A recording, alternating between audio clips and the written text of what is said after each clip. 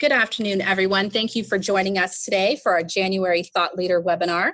My name is BJ Acker, and I'm the head of marketing here at Stewardship Technology. The goal of our Thought Leader webinar series is to provide the nonprofit and faith-based community with resources and tools to help fulfill your missions through online giving and fundraising. We're excited that you decided to join us today. And if you have any questions during today's webinar, we ask that you use the chat feature at the bottom of your screen, or you may reach out to us at the end of today's webinar. We will also be sending you a copy of today's webinar that you can go back to, or you can feel free to share.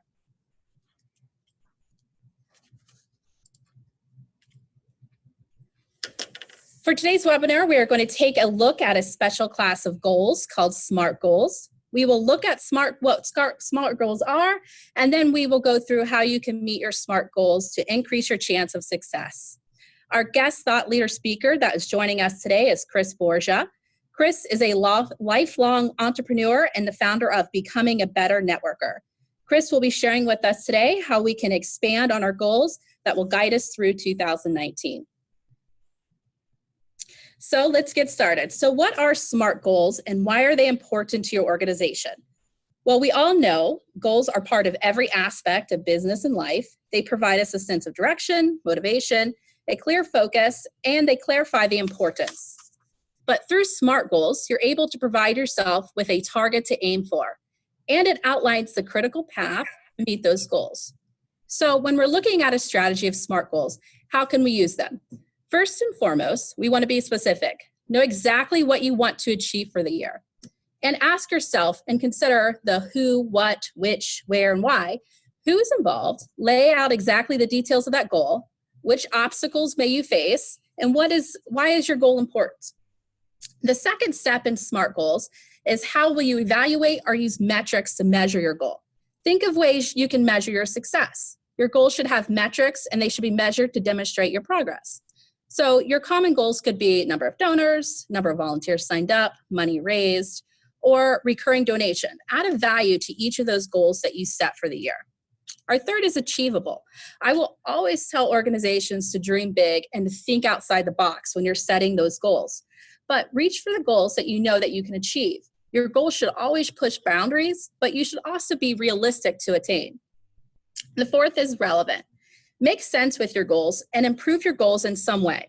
So you may ask yourself, why do you do what you do? Is your goal important to your overall mission? Will it help your community or your church or organization? Know the answer of what you want and why you want it. And then lastly, we look at time. Time is always important. Create a sense of urgency with a start and end date.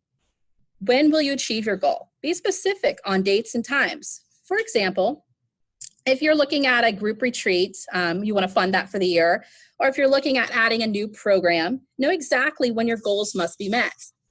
Anyone can set goals, but if it lacks realistic timing, your chances are not going to be good that you're going to succeed. So making sure that you have those timelines is very important.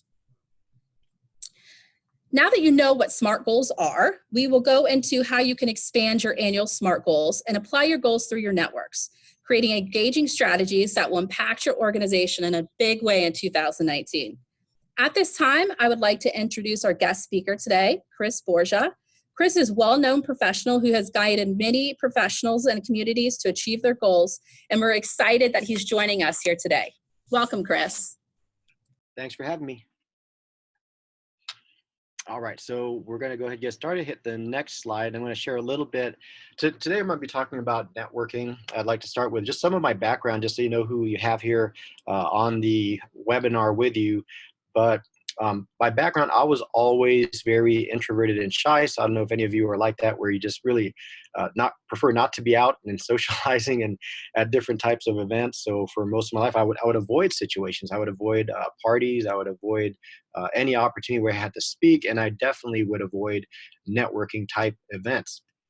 But in the business world, I realized that we have to get out there and we have to get our message out into the world. So, the cold calling wasn't really working for me anymore. I recognized that the marketplace was changing, and it was getting harder and harder to reach people from cold phone calls or even cold emails. They just wouldn't get much response. So I saw an event and attended my first event, and something opened my eyes. What I saw was some professionals that were doing business a little bit different than I was. So instead of chasing business on a nonstop basis, which you might be able to relate to as far as, trying to hit certain goals or certain numbers for the week, the month, the year, and I just got burnt on it. But I saw people there at this event that would literally just stand there in the middle of the room and have others come to them and say, hey, I've got somebody that I want to see if you can help them out. And of course, they would just say, yeah, I'd be happy to. And then later on in the event, somebody else would come to them and have something else, another potential referral for them. They're like, yeah, I could help with that situation. And I looked at that and I said, that looks a lot easier than what I'm doing. So I've got to learn this thing, but I'm shy, introverted. So what do I do?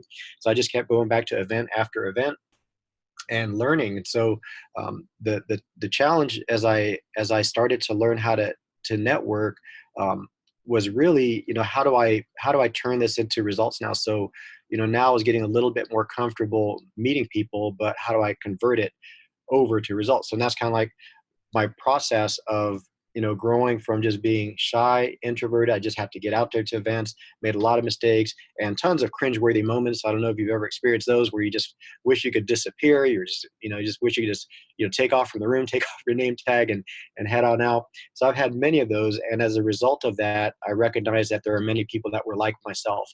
Maybe not everyone is as introverted as I was, because I was pretty, darn introverted, but even people that were extroverts but never really learned how to network. And I realized that the reason why so many people aren't good at networking is really not their own fault. In fact, many of the times, many of us grew up with this statement, even growing up as kids, is don't talk to strangers, so we were taught that since early childhood and not talk to strangers. And now what are we expected to do? We're expected to talk to strangers. Networking is the one business skill that everyone's expected to be proficient in, yet very few of us were ever taught. They didn't teach us in grade school. They taught us the opposite. They didn't teach us in high school. They didn't teach us on our jobs. So anyone that's out there networking, most people are just trying to figure it out on their own. And some people have progressed because they went through all those trials and errors like I did. And, what I want to do is as I got better, is I recognized that people were either not getting results, or they were like, avoiding it, or not getting results, or they were as afraid as I was. So what I started doing was just helping people around the room. After doing that for a while, I started my first workshop and started developing programs and training. And what I'm going to share with you guys today is a formula, a framework to where you can duplicate what I've been able to do and to be able to start getting more results for your organizations in a lot easier ways. So a lot of times, when you're out there, you feel maybe like you're alone, or that you're the only one really pushing for your cause, or you just don't have enough resources, whether it's financial or just enough people, or you're just stretched thin.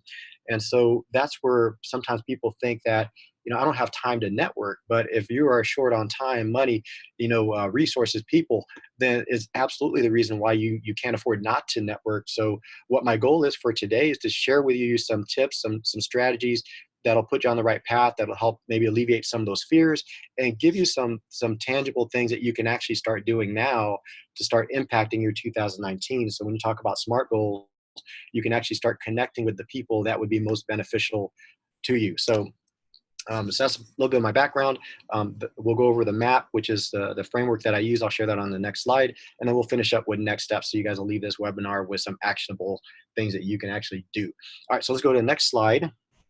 And so MAP is an acronym for what you see above, which is mindset, plus the activity in person, plus activity online equals your positive outcome. So your positive outcome might be your yearly goals of people that you impact, or certain amount of funds that you're able to raise for your cause. So it might be different for each of you.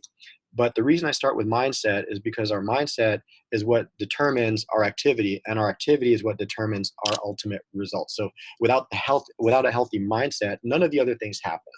So to share mindset, I can tell you to have a positive mindset. We've heard that before, but I want to share with you some stories that'll help bring home exactly what networking really is. So first of all, there are a lot of misconceptions about networking. Some people think it's just a bunch of salespeople trying to sell each other, or it's people putting on a facade and just trying to, make themselves look really good.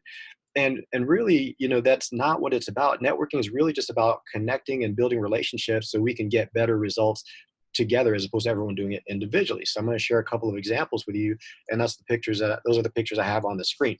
So the first one, you see a guy with a fishing net out there, and the way most people approach, whether it's their nonprofit or whether it's a business, they approach their goals like as if they are spearfishing. And what I'm talking about is, you've seen those old videos where somebody's holding like a spear and they're trying to stab a fish in the side, maybe on the water, on the side of the lake or the side of a river.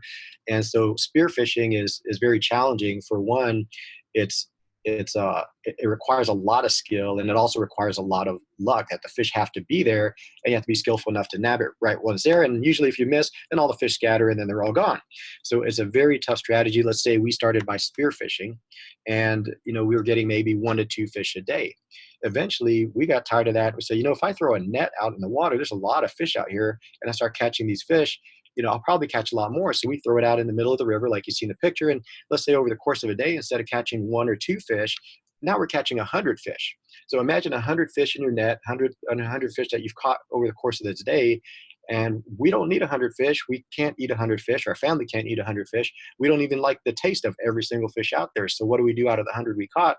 Is we keep the 7 that we like. We keep the 7 that are our favorite. And so we throw 93 back because we don't want to be wasteful. So we threw 93 back in the water. And so we do that day after day. So we've already increased our catch. But one day we're walking back to our village or back to our town, and then we run across somebody else. So in this situation, let's say I run across, BJ doing the same thing. She went from spearfishing, and then she went to net fishing using this net like I'm doing. So she went from 1 to 2 fish. She now has 100 fish. She's keeping her 7. I run across BJ on the trail, and then what happens is that I notice the fish that she's keeping are maybe a different type or species of fish than what I'm keeping. So what happens is I say, hey, you know what, BJ, tomorrow I'll tell you what I'll do. I just threw a bunch of yours back in the water. Tomorrow I'll tell you what I'll do is I'm going to bring those to you. And she's going to say, thank you. I appreciate that. So BJ now has 14 fish, but how much extra labor did she do? Well, she actually did the exact same amount of labor, but she just doubled her catch. And so what's she going to do? She's going to naturally reciprocate in most cases. She's going to say, well, Chris, I noticed you like these type of fish. I just threw a bunch of those back too. Let me bring those to you tomorrow. So now I doubled my catch. So basically we both doubled our catch. We both doubled our results, but with exactly the same effort. And so there's not just 2 of us. Maybe the whole shoreline is filled with people. You have a lot of friends that are also in nonprofits, that are also in churches, that are all looking for the same type of people, or maybe a little bit different or in different demographic group, but you're all meeting people. The point is this, is that out of everyone we meet when we're out networking, and I don't even mean just at networking events, but I'm just talking about people that we run across in the course of our lives, in addition to the specific events that we have. When we run it, out of the 100 people that we meet, not all of them are going to be good for us. We don't even want all 100. However, we have 100, so why not share those resources with one another? Somebody who may be one of those fish, in essence, that you would have thrown back in the water, why not introduce them to somebody who could benefit from that, and somebody returns that favor? The problem right now that we see is that everyone is out just looking out for themselves for the most part, to where they're just keeping their 7 in the basket when they get to that point, and not utilizing the full resources of the community. So I'll go to the next point. You see the candles on the lower right corner. So we've all been to, Christmas Eve candlelight service. And, when we go to the candlelight service, they usually start with 1 candle up at the front on the altar, or on the stage, depending on the configuration of the church. So the ushers will typically go to that front candle, light their candles, walk down the aisles. And as they walk down the aisles, they'll light the person's candle on the end, and they would each continue to proceed and light the person candle next to them. And in a matter of just a few short minutes, the entire church is lit up with this just beautiful orange glow without any artificial lighting. And so when you look back at the front candle, the candle at the very front of the room, that candle is still lit. And in fact, that candle lit all of the other ones. The point of the story, and to help you bring this into the networking perspective, is that a candle loses nothing. There's a quote that says, a candle loses nothing by lighting another candle. So if you want to write that down, if you're taking notes, the quote is, a candle loses nothing by lighting another candle. So if you think about it, that candle at the front didn't lose its light, but it lit the entire room up. And so imagine if somebody in aisle 3, 2 seats in, decides that, I don't want to light somebody else's candle because I don't know mine might disappear, then the whole rest of that aisle doesn't get lit. It's going to be dark.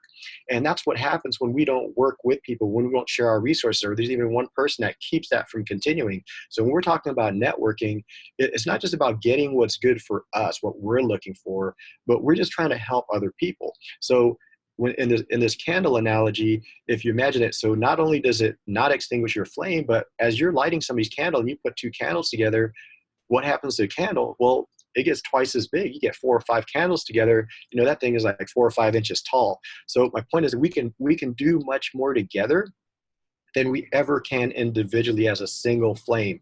So I share that as the mindset to understand that networking is not just about individually going out and getting what we need. It's about working together in collaboration with others in the community, with other resources that maybe aren't even good for us, but they're excellent for somebody else, just like the fish analogy.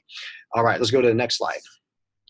So that's the mindset. Let's go to activity in person. So we're going to talk a little bit about events, and I'm going to share. So activity in person, these could be local networking events. They could be your chamber events. They could be some of your galas. They could be some of your banquets, things like that, luncheons, fundraising events, anywhere where you're meeting people. Okay, so these are activities in person. You get to meet people face to face.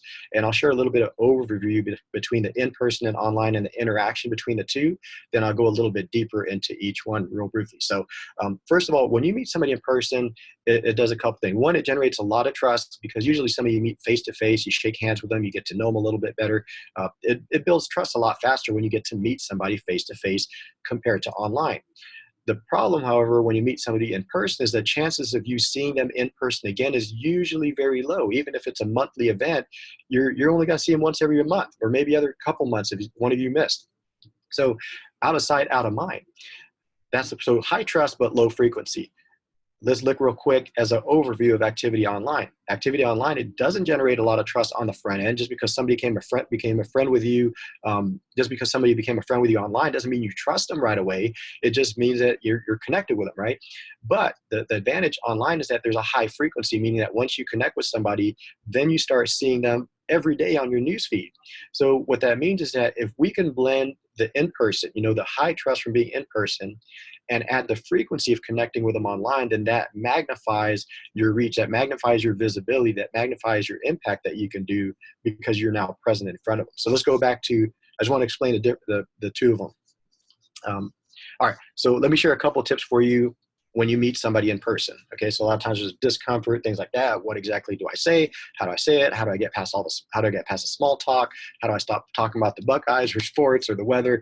So how do we get through all that stuff? I'm going to share with you how to do that. So first of all, home field advantage story. And I like to share this in stories because I think they're a lot more memorable and hopefully something that you can take home with you and put to work right away. Home field advantage. For those of you that are baseball fans, or even if you just understand the game, you understand that the home team has the advantage because they bat second, they bat last. So in the bottom of the ninth inning, the fact that they bat second or last is an advantage because now they know exactly what they need to do to win the game. Okay, so that gives them an advantage because they know what they need to do to win the game. The reason that's an advantage is because they can change their strategy. So if they're down by 1 run, they might use a different strategy than if they're down by 3 runs. So when it comes to networking, I see so many times people just can't wait to talk about what they do, talk about their organization, talk about themselves. And guess what? That's like volunteering to be the visiting team. Wouldn't it be an advantage in a networking situation to find out about the other person first, get to know more about them, and then be able to share a story that's more relevant to who they are and what they do for a living or people they might be connected to?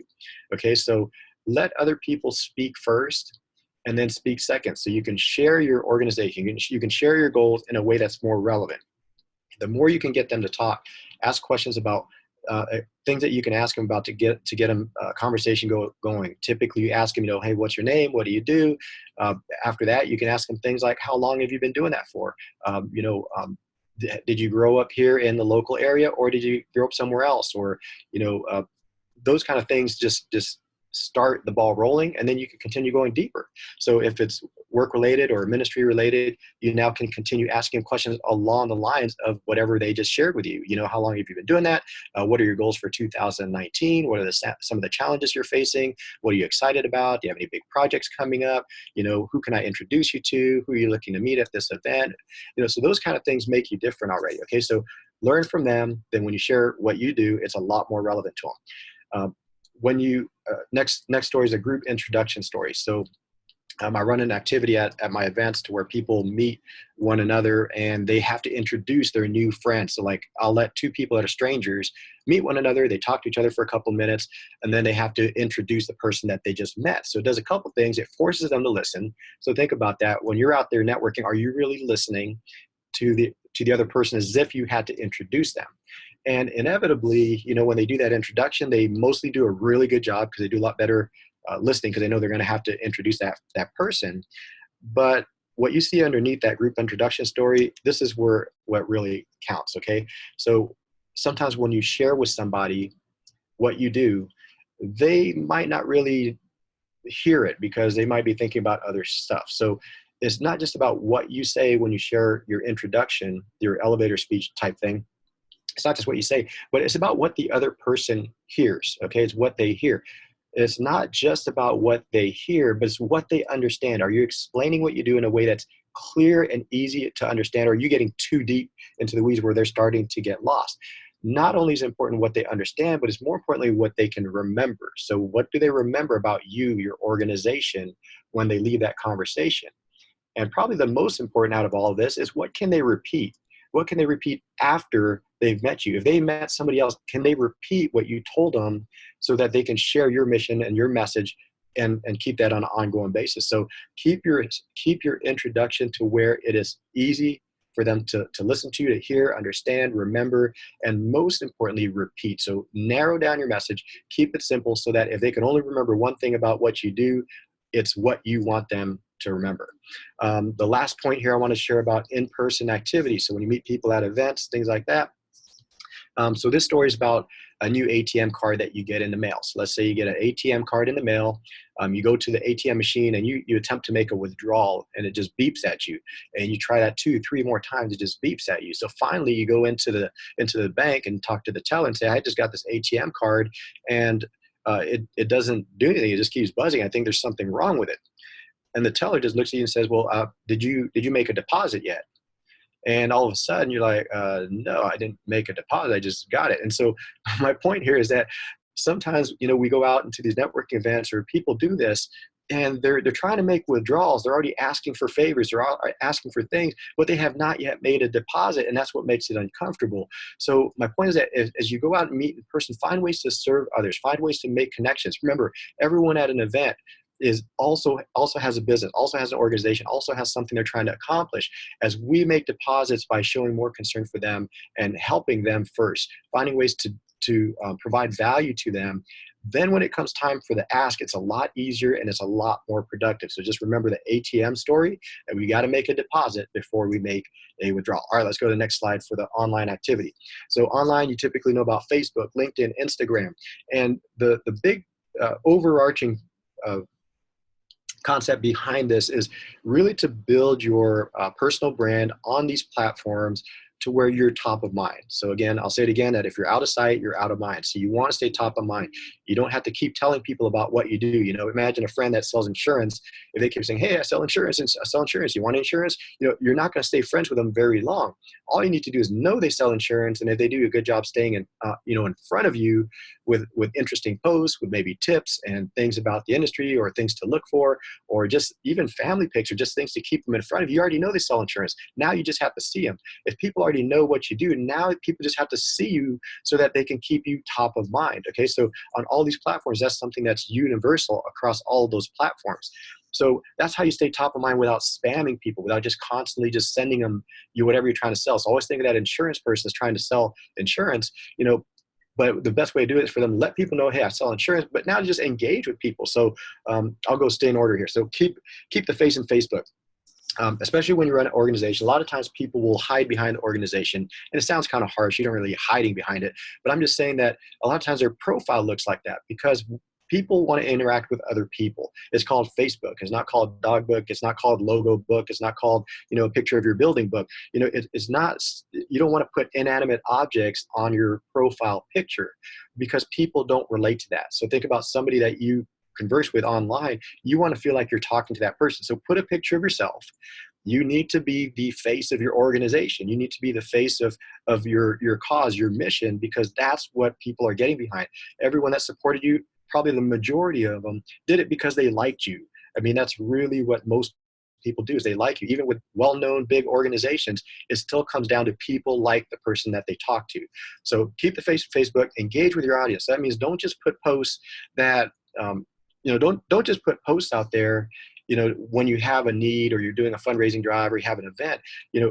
You got to dig the well before you're thirsty. You got to invest first. You got to put deposits in. So engage with your audience, because guess what? Anyone that's on Facebook, LinkedIn, Instagram, they only put stuff on there if you want to cut to the chase, is because they want likes.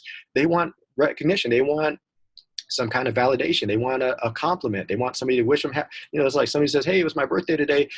Guess what? That means they want you to greet them happy birthday. So these are clues, right? So engage with your audience. As you do that, when you post, they're going to be a lot more interested in what you have to say. So that's a little trick of why people aren't getting the engagement that they want on there. Okay, so engage with your audience first, and you'll see. Try that for the next 30 days, and afterwards, let me know how it goes for you. I can guarantee you'll start seeing a lot more engagement. It just works. Learn how to turn in-person relationships into online and vice versa. So I kind of talked briefly about that, where you meet somebody in person, you build that trust. Connect with them online, so now you build the frequency. But let's say you meet with people online. That happens quite a bit. So you meet somebody online, now you want to convert it into a real life relationship. So maybe they're separated by distance or whatever, or things like that. So you can't really just meet with them. So you can just have a phone call. I've built relationships all across the country, done business across the country. Doing this is building relationships online, engaging with them on the post. Then it turns into private message, and you start learning a little bit more about them on private message. You can just ask about, hey, how long have you been with so-and-so organization, or how long have you been in this role, or what are your goals this year, or how can I help you, who can I introduce you to out of all the people in my network. You do those kind of things.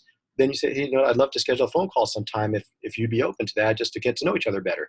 And many times people will be open to that. And then all of a sudden you turn an online relationship into a real life relationship. And so what happens is, when you do that, is next time you're online, they start seeing that. They don't just see that another person online, but they can almost hear your voice. They can almost imagine that that's their friend now that's posting about their burrito or their workout. No, I'm just kidding. But that is basically their friend, that instead of just some random person online. And then the last thing, I kind of alluded to that already, is use them as tools for introduction. So one of my favorite ways to introduce people is through LinkedIn Messenger, or if you're on Facebook, use Facebook Messenger. The reason why I like using that as an introduction tool is because now it's not a blind date, so to speak. If you introduce two people and you do it on email, they don't have any clue of who the other person is, why you want to introduce them. But if you do it on these social media platforms, they got access to their pictures. They can kind of spy on them, kind of see what they're about. The other person can see what you're about. So, it's just a lot better way to do an introduction. It's a warmer introduction, and it's easier to keep track of, because when you go back to it, you can see a trail that doesn't get buried like an email. It gets buried within the same day. Maybe in a few hours it'll get buried. But on social media, if you go back to your messenger, it's a lot easier to find and pick up where you left off. So use it as a tool for introductions. All right, so go to the next slide. So your positive outcome, one of the things that a lot of times people are just unclear on, and so it's a great message for today about having SMART goals, is just getting clear on what is your positive outcome. Is it a number goal? Is it expansion, funding, volunteers, knowledge, experience? What is it? What exactly is that you're looking to accomplish out there in the marketplace? Are your activities aligned? Are you working hard? Are you working smart? So when you talk about networking, you can just meet everyone and have no reason. Or let's say you want to meet a certain type of person, or a certain person in a certain role. Now you don't have to just meet that person. Remember, it's the whole spearfishing analogy, it's the whole candle analogy that we talked about earlier. Now you have all the people that you meet. Instead of trying to convince them to donate or volunteer for your cause, what if you just learned about what they do, and just kind of connected with them, and just learn how to work with and through them. So maybe they're not the person for you. Maybe they don't fit with what you're trying to do, or they're not passionate about what you do, but they know somebody who is. Maybe they've never experienced somebody who they haven't lost anyone that's gone through cancer, but maybe they have a friend who did, and they would love to be part of your cause. Or think of whatever your organization does.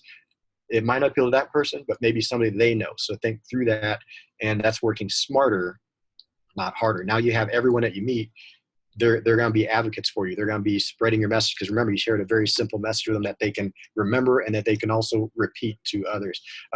Now, do your supporters, partners, you already all have people that support you, that love you, that are locked arms alongside you to carry your goals out. You know, is everyone that joins me, can they clearly define, can they clearly state what your objective is? You know, if you have 2019 goals, can everyone on your team clearly define that? Because as you do that and you go out and network, and everyone in your organization also networks, then that's going to multiply effect, is going to have an exponential effect of your reach and your exposure into the marketplace. Who else do you need to be connected to achieve your goals? How you make that happen in 2019? So again, just defining very clearly. And if you use tools like LinkedIn, you could literally narrow down. If you want to meet a CEO, let's say, for example, if you want to meet a CEO of a certain size company in the middle of Texas, or in Los Angeles, California, or in Columbus, Ohio, it doesn't matter. You could literally do an advanced search and narrow it down to that person. You could even see who they're connected with. You can now ask somebody that is connected to them to do an introduction. So if I'm connected with them, and you message me and say, Chris, you know, you're connected with Joe at XYZ company, can you do an introduction? I'll say, yeah, absolutely. So I write an introduction on my social media, on my private messenger. Hey, Joe, meet Sally. Here's why I think you guys should meet. And guess what? There's like almost 100% chance that you're going to, that engagement is going to happen, that conversation is going to happen, as opposed to a cold call to Joe and say, hey, I just want to let you know I work with this organization and here's what we're trying to do. Guess what? Joe gets a bunch of those, but a personal introduction from me, almost 100% of the time you're going to get to talk to Joe. All right, let's go to the next slide, and I'll go ahead and wrap up. I went through a lot of stuff here. So next steps, set up your SMART goals. So BJ talked about that to start off our conference, or our webinar. So set your SMART goals. Take a little bit of time to do that. It'll give you a lot more efficiency going forward. Know who you're looking to meet when you go out and network. So you can do that intentionally, rather than just trying to meet anyone. You don't know why you're trying to meet them. You know, so you can do that intentionally. Network both in person and online. Use both of them. If you're not using both of them, you're missing out on it. You're probably not getting the results that you're wanting to get. Stay in touch with me as well on LinkedIn, Facebook, and Instagram. If there's anything that I can do to help you out, I'll be happy to do so. So make sure you connect with me on there. Just write me a message so that I know you're on this webinar and this is how we met. So it's under Chris Borja, CHRISBORJA. So if you're taking notes, write that down and connect with me. Just send me a connection request on LinkedIn, Facebook, or Instagram if you use that. I'd schedule a complimentary 30-minute call with me. So if you want to just run down some ideas, or you like the things I'm talking about here, and you just want to talk further about that, see how I might be able to help you to achieve your goals a lot easier, there's a link to my calendar. So literally you can go to that calendly.com/Chris Borja. It'll open up available times that we can schedule a 30-minute call. Or if you're in the Columbus area, then you can actually meet with me for coffee. So I just want to make that available to you guys. You know, I just believe in you know, I'm in the business world. I'm an entrepreneur, and I just believe that we should all be working together. So I just love, you know, the purpose of what you guys are all doing. And if there's any way that we can all work together and you know, help everyone achieve more from working together, then, you know, I'm all for that. So I just want to make that available to you. So schedule a call would be the next step, and see how I can further help you. So I'm going to go ahead and wrap up. That's a lot of content in a short amount of time. So thank you very much for giving me the opportunity to share some of this knowledge that I've attained over the years, and hopefully something that's fruitful for you as you go out and network intentionally and build your SMART goals into 2019. So BJ, I'll turn it back over to you. Thank you very much, Chris. So this will conclude our webinar for today. If there are no questions, we would like to thank you for joining us, and we wish you and your organizations a great success in 2019. As I stated, a copy of today's webinar will be sent directly to you. If you have any questions, feel free to message us at info@stewardship.com, or if you would like to reach out to Chris Borja, the contact information is on the screen today. Thank you so much, and I hope everyone has a wonderful day.